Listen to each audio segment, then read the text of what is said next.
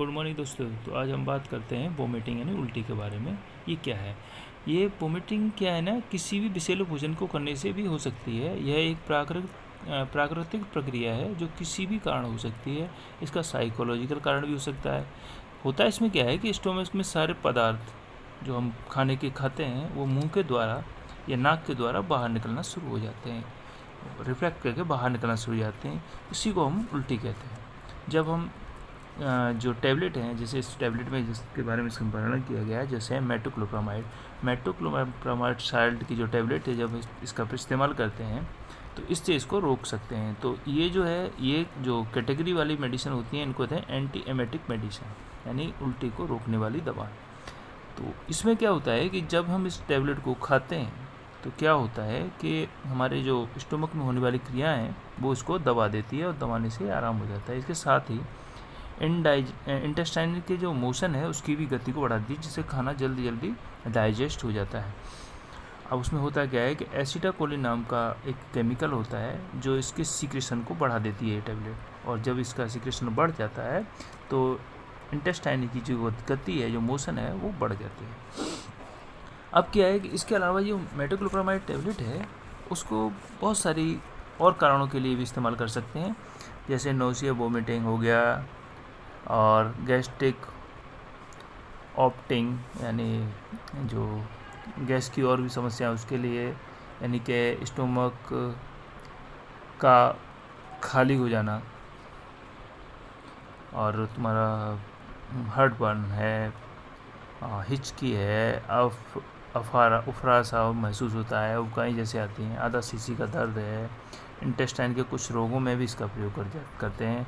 गैस्ट्रोइसोफेंगाइटिस reflux में भी इसका प्रयोग कर सकते हैं। तो इसके प्रयोग करने के बहुत सारे और भी कारण हो सकते हैं। अब इसकी जो बात करेंगे, जैसे इसका एक इंजेक्शन आता है जिसे कहते हैं प्लेजिमाइड नाम से, इसमें जो दिखाई दे रहा है, इसकी 2 ml का होता है और इसकी 10 mg की डोज एडल्ट को पूरी देते हैं। अब इसकी डोज की बात करें तो जो एडल्ट की डोज होती है वो 5 mg दिन में 3 बार देते हैं, 4 बार भी दे सकते हैं। तो 5 mg कम से कम देंगे दिन में 3 बार। अगर पेशेंट का जो वज़न है 60 किलो से ऊपर है, यानी 60 kg से अधिक है, तो 10 mg की डोज हम देंगे 6 से 8 घंटे में, इसकी डोज हम देते हैं। और इसकी जो एडल्ट की इंजेक्शन की बात करें तो 2 ml का एक एम्पुल दिन में 3 बार तक दे देते हैं।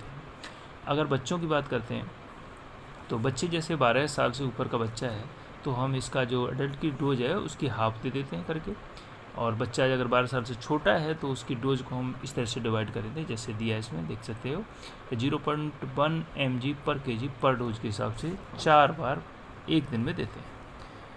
और इसकी जो मैक्सिमम डोज होती है जो इसको बच्चे को दे सकते हैं एक दिन में, 0.4 mg पर kg एक दिन में, इस तरह की होनी चाहिए।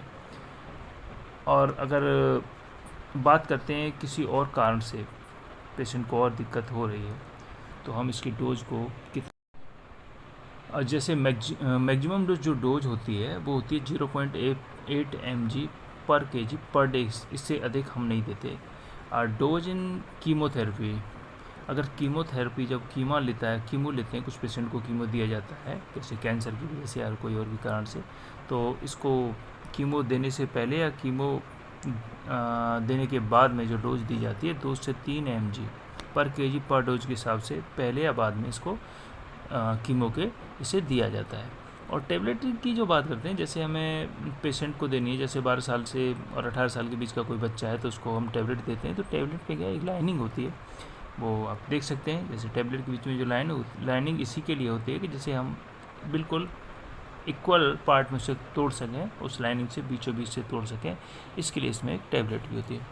और टैबलेट की जो लाइनिंग होती है उससे हम तोड़ के बीच में से उसे हाफ कर सकते हैं और आसानी से डोज दे सकते हैं। जैसे ये आता है आपका एक जो सिरप आता है, ये इप्का कंपनी बनाती है, मेटोक्लोप्रामाइड का है, पेरिनोल नाम से जो है, ये बच्चों को जो हम देते हैं, इसकी डोज का निर्धारण हम इसी तरीके से करते हैं। जैसे बच्चे की डोज हमने इसे दिया, बच्चे का जैसे इसमें यह ईच 5 ml कंटेंस, इसमें मेटोक्लोप्रामाइड जो है 5 mg है, कितने में 5 ml में 5 mg है।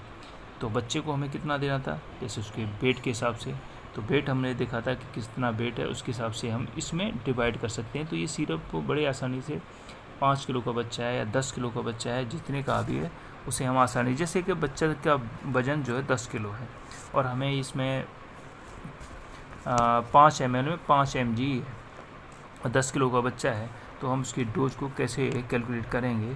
तो उसके लिए क्या है 0.1 mg पर kg के है। तो इसके क्या होगा कि इसकी जो डोज हो गई एक बार की, तो 0.1 से कितना हो गया कि इस जो ड्रॉप को हम देंगे तो 10 किलो का है तो 1 ml देंगे, क्योंकि इसको क्या है 0.1 को 10 से मल्टीप्लाई कर देंगे, इससे कितना निकला है 1 ml बन जाएगा। तो इस तरह से हम 3 से 4 बार बच्चे को डोज हम दे देंगे। तो ये इसका डोज का तो ऐसे कैलकुलेशन करते हैं। इसी तरह से ऐसे 12 साल से 18 साल के बीच का कोई बच्चा है तो उसकी हम जिसकी जो डोज है उसको हम हाफ कर देते हैं। जैसे एडल्ट डोज है, एडल्ट की जो डोज होती है उसका हाफ कर देते हैं और दे देते हैं। अच्छा, इसके अलावा क्या होता है कि इस टैबलेट का प्रयोग हम और जगह भी कर सकते हैं, जैसे इसके और भी यूज हो सकते हैं, जैसे नोजिया वोमिटिंग तो इसका है ही, और स्टमक जब खाली हो जाता है उसकी वजह से वोमिटिंग सी महसूस होती है, उसमें भी इसको देते हैं। हार्ट बर्न में देते हैं, हिचकी में देखें, अफारा या उकाई सी आती हैं तो देते हैं। आधा सीसी का अगर दर्द है तो इंडाइजेशन के कुछ रोगों में भी इसका दे देते हैं, प्रयोग कर देते हैं।